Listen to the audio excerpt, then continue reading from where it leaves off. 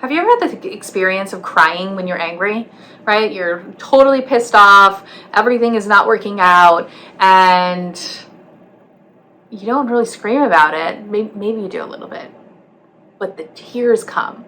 And now all of a sudden you're totally mad and you're crying. Lots of times we feel embarrassed when this happens because it doesn't seem appropriate, right? Tears are reserved for grief or reserved for profound joy. But why are we crying when we're pissed off? Why are we crying when we're angry? Hi, I'm Kim. I'm a transformational coach, hypnotherapist, and doctor of acupuncture and Chinese medicine. I have an online coaching and hypnotherapy practice, and I work with people navigating major life changes, chronic illness and pain, and cultic and coercive control, abuse recovery. And I merge a lot of different modalities, concepts, and theories in my practice because I've also worked as an acupuncturist since 2010. And the 5-element theory and lens is something I love to use to help my clients understand emotions. Now, this is in no way the only way to understand emotions, but I think when we have different lenses to look at how we process things emotionally through can give us a lot of really great info and ideas to help us understand ourselves a little bit better. So let's jump into the 5-element cycle, and we'll also get into some physiology too.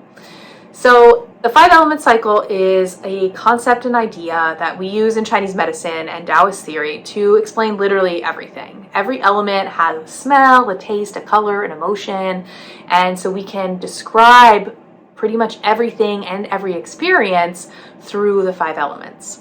So I'm going to put the 5-element cycle up on the screen. The generating cycle is this clockwise pattern where we have wood creating fire, fire creating earth, earth creating metal, metal creating water, and water creating wood. And then we have the insulting cycle, which is the counterclockwise star pattern, and the controlling cycle, which is the clockwise star pattern. And this is the way that the elements kind of keep each other in balance, keep each other in check, and also how they'll act out of balance when things get out of balance. Ideally, elements just sort of run in this generating cycle most of the time. If somebody gets out of balance, these controlling and insulting cycles come in to create more balance. But when we are out of balance, sometimes it just kind of goes haywire and everything goes everywhere. So where we're going to look on this to understand crying when we're angry is through this controlling cycle. Now, the emotions associated with the wood element is anger and also repressing our emotions. The virtue of the wood element is humanitarianism. The metal element is the other element we're going to look at here, and the emotions of the metal element is grief and depression, and its virtue is integrity.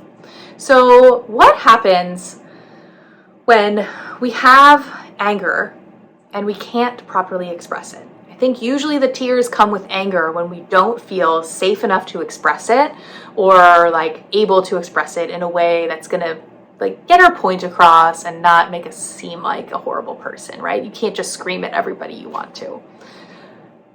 This is where the controlling cycle comes in. So we have that experience of anger. We can't properly express it in the way that we need to. That is also repressing emotions. So this wood element gets bigger and bigger and bigger. It's sort of like it has nowhere to go. Oftentimes, if anger has nowhere to go, it might go upwards in this generating cycle and create anxiety. But in this instance, instead of doing that, the controlling cycle comes into play. And this metal element is going to check the wood element into place.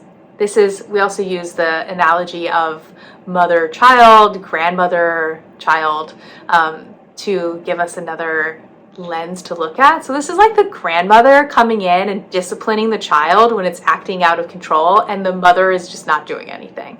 So the grandma metal comes in to the wood child, and it helps the wood express that emotion. And it does that through tears. So we cry because that's a way of our body helping us release it, and we're releasing it through this 5-element cycle. Now, physiologically, when we are angry, every emotion we have is created in our bodies by neurotransmitters, hormones and enzymes. We have a flood of emotion, and anger is a really intense emotion most of the time. So we have this intense heightened experience of anger. Everything's coming up, it's bubbling up, and we don't know what to do. So crying comes in as a physiological mechanism to help soothe us. Crying produces oxytocin and prolactin, which are inherently kind of soothing chemicals that help regulate the nervous system, help downregulate things, and helps us express and fully process what has come up in the experience of anger and helps us release it. Anger is one of those emotions we really have to release. We can't hold on to it. There are plenty of scientific studies on this where if we're holding anger, we're repressing anger, it's going to affect our cardiovascular system, our immune system. It affects our body physiologically when we don't express these sensations. So we really need to express anger, and crying is a really healthy and simple way to do it.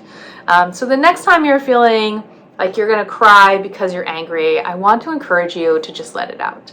Maybe you can't do it right in that moment, but definitely let it out as soon as you can, because that is a really healthy thing to do. It's going to help you process those emotions and move them through your body physiologically.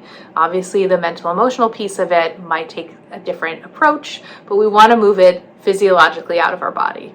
And I love the 5-element cycle as a way to understand this and to gain more awareness and understanding of like what we're doing and why we're doing it and how we might use different emotions to help us transmute other ones. If this was interesting to you, definitely follow along, hit the plus button and click my link to check more out about my practice, about me, and to book a free discovery call.